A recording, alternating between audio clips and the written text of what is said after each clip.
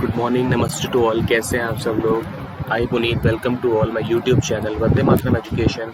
दोस्तों, आज की इस वीडियो में हम जानने वाले हैं scope of human resource management, यानी कि areas of human resource management, जहाँ पर ह्यूमन रिसोर्स मैनेजमेंट हमारा काम आता है। ठीक है, जहाँ पर ह्यूमन रिसोर्स मैनेजमेंट के एरियाज कवर किए जाते हैं। ओके दोस्तों, इससे पिछले वाली वीडियो में मैं बताना चाहूँगा आपको कि मैंने वीडियो बना चुका हूँ ह्यूमन रिसोर्स मैनेजमेंट के बारे में, जहाँ पर मैंने डिस्कस किया था ह्यूमन रिसोर्स के फीचर्स के बारे में, उसकी डेफिनेशन के बारे में। अगर आपने वीडियो नहीं देखी है तो वीडियो जाकर चेक कर लीजिएगा, आपको वहाँ पर सारी जानकारी मिल जाएगी। ओके, तो वीडियो को शुरू करते हैं बिना किसी टाइम के वेस्ट किए। ओके, तो दोस्तों, अगर मैं बात करूं scope of human resource management के बारे में, तो scope of human resource management simply means the areas in which human resource department covers, और we can say a kind of process in which human resource activities indulge. Okay, तो simple see यहाँ पे मतलब है scope of human resource management का कि ऐसे काम, ऐसी एक्टिविटीज जिसके अंदर हमें ह्यूमन की रिसोर्सेज को मैनेज करने की नीड होती है। ओके, तो वन बाय वन समझ लेते हैं। सबसे पहले आता है स्कोप में प्रोक्योरमेंट। उससे पहले हम पढ़ लेते हैं। HRM is a very wide application. HRM encompasses all the areas during the service of an employee, starting from the time he enters in the company till he quits. Very right thing. हम सब जानते हैं HRM का एक बहुत ही wide application है। HRM कोई भी रेस्ट्रिक्टेड नहीं है, ये ऐसा टर्म है जो कि रेस्ट्रिक्टेड नहीं है केवल एम्प्लॉयज़ तक। यहाँ पर हमें इंडस्ट्रीज के बारे में सोचना पड़ता है, ठीक है, अलग अलग एरियाज़ के बारे में भी हमें जानकारी लेनी पड़ती है। तो ह्यूमन रिसोर्स मैनेजमेंट के अंदर वो सारे एरियाज़ कवर हो जाते हैं जो कि एक एम्प्लॉय से जुड़े हुए हैं। अब एम्प्लॉय से क्या क्या जुड़े हो सकते हैं? उसकी सैलरी, ठीक है, उसके रिटायरमेंट बेनिफिट्स, ठीक है, उसका वेलफेयर, ओके, उसको मोटिवेट करना, ये सारी चीज़ें एक एम्प्लॉय से जुड़ी है जो कि जब वो कंपनी में एंटर करता है और तब तक उसके साथ में रहती है, यानी कि तब तक उसको सपोर्ट किया जाता है जब तक वो कंपनी को छोड़ नहीं देता। ठीक है, ये सब जानकारी हमें ध्यान में रखनी होती है।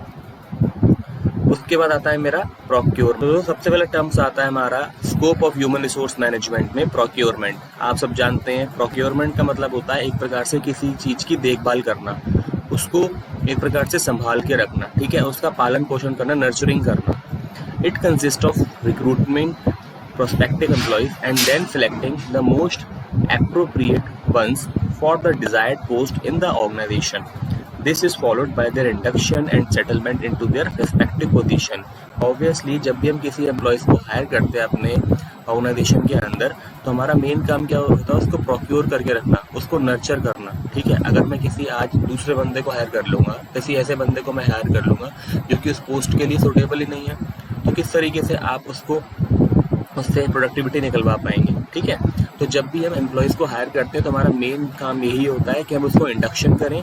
ठीक है, इंडक्शन का मतलब होता है एक प्रकार से ट्रेनिंग, उसको ओरिएंटेशन देना, जिससे कि वो कंपनीज के बारे में अवेयर रहे, ओके, और कंपनीज के साथ लंबे समय तक जुड़ा रहे।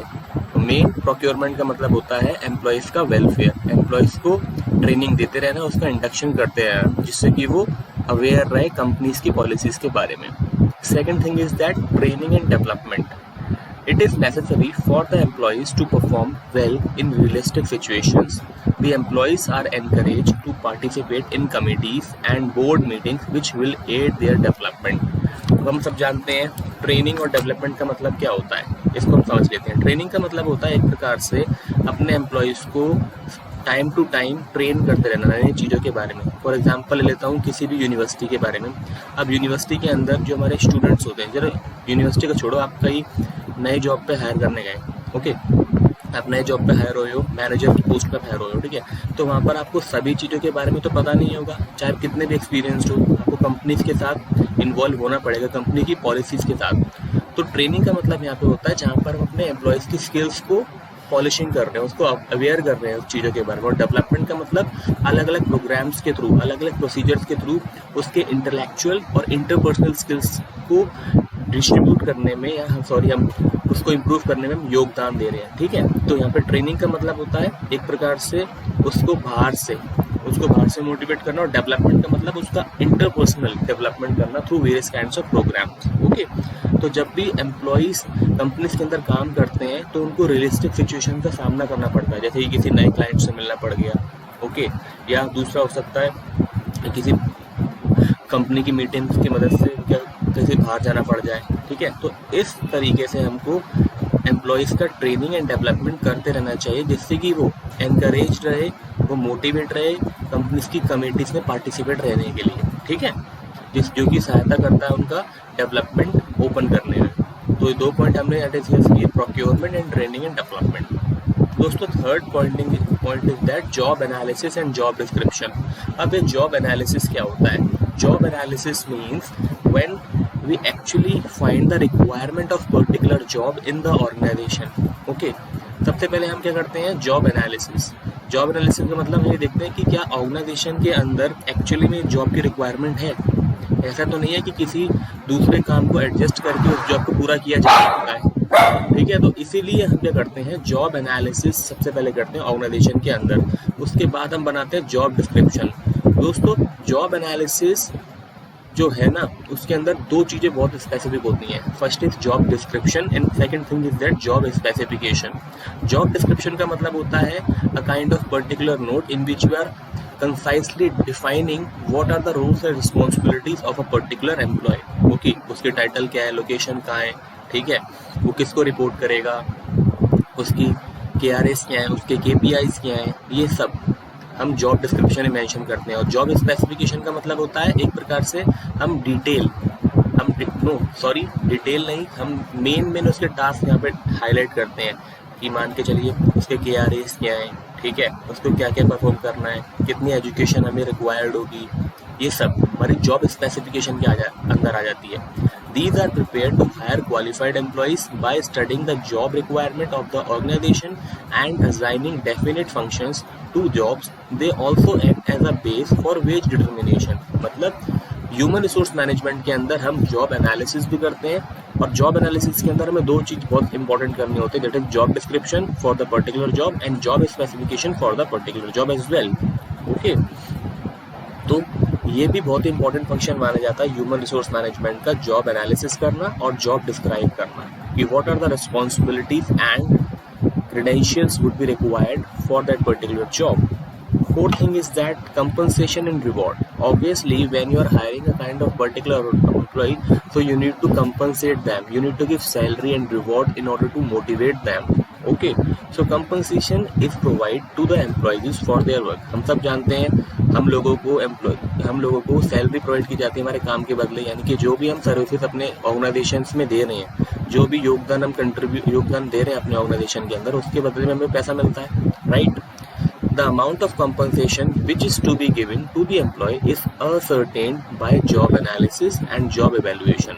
मतलब जो भी पैसा हम अपने एम्प्लॉयज़ को देते हैं वो एक प्रकार से उसके परफॉर्मेंस पे बेस्ड होता है। ऐसा नहीं है कि जो एम्प्लॉयज़ एक भी दिन ऑफिस नहीं आए, वो कंडीशन अलग है। जहाँ पर अगर वो मेडिकल बेनिफिट पे है या उसकी शायद कोई ट्रेजिडी घट गई, वो बात अलग का किस्सा है, उसके लिए कंपनीज की पॉलिसीज अलग होती हैं।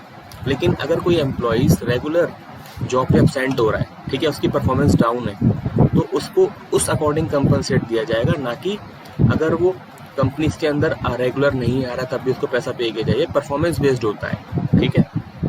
It involve determining wage rates, methods of wage payment and performance appraisal. वही बात आ गई दोस्तों, हम परफॉर्मेंस को इवेल्युएट करके उनको पैसा पे करते हैं। ऐसे कभी भी पे नहीं किया जाता है एम्प्लॉयज़ को, उसकी परफॉर्मेंस देखी जाती है, उसको परफॉर्मेंस को इवेल्युएट किया जाता है, then he or she would be liable to get the rewards or incentive.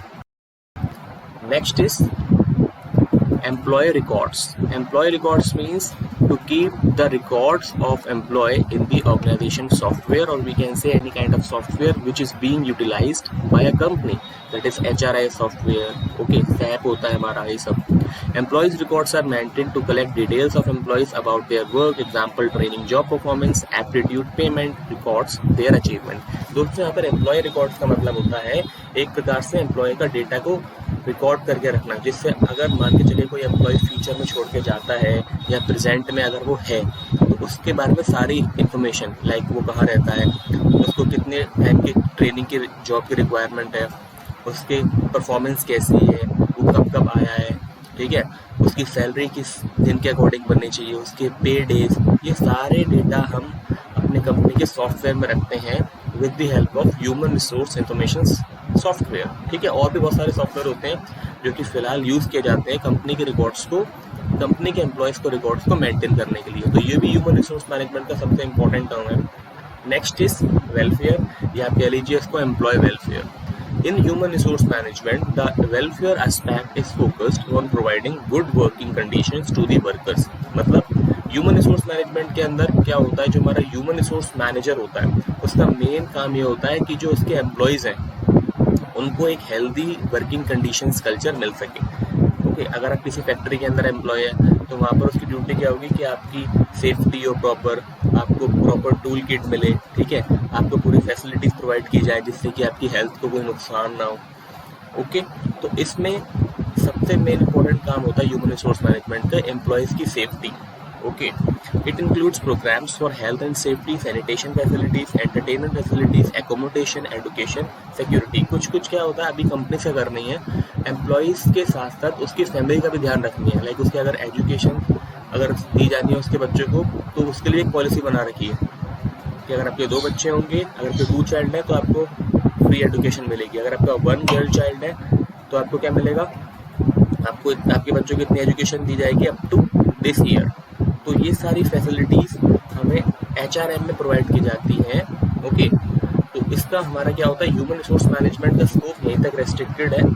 और भी बहुत सारे हमारे एग्जाम्पल्स होते हैं और भी बहुत सारे पॉइंट्स हैं जो कि आप इसे मेंशन कर सकते हैं, लेकिन जो मेन पॉइंट्स हैं which covers under human resource management scopes, this is all about. Next हमारा एक भी होता है, मैं आपको बता देता हूँ, हमारा एक और होता है जैसे कि इंडस्ट्रियल रिलेशन, हमारे ट्रेड यूनियन के साथ एम्प्लॉयज़ के किस तरीके से हमको रिलेशन बना के रखना है, ये भी ह्यूमन रिसोर्स मैनेजमेंट के अंदर आ सकता है जो कि आप कवर कर सकते हैं। ओके, तो दोस्तों आई होप आपको वीडियो समझ में आई होगी। अगर वीडियो समझ में आई होगी तो वीडियो को लाइक कर दीजिएगा, चैनल को सब्सक्राइब कर दीजिएगा और शेयर कर दीजिएगा।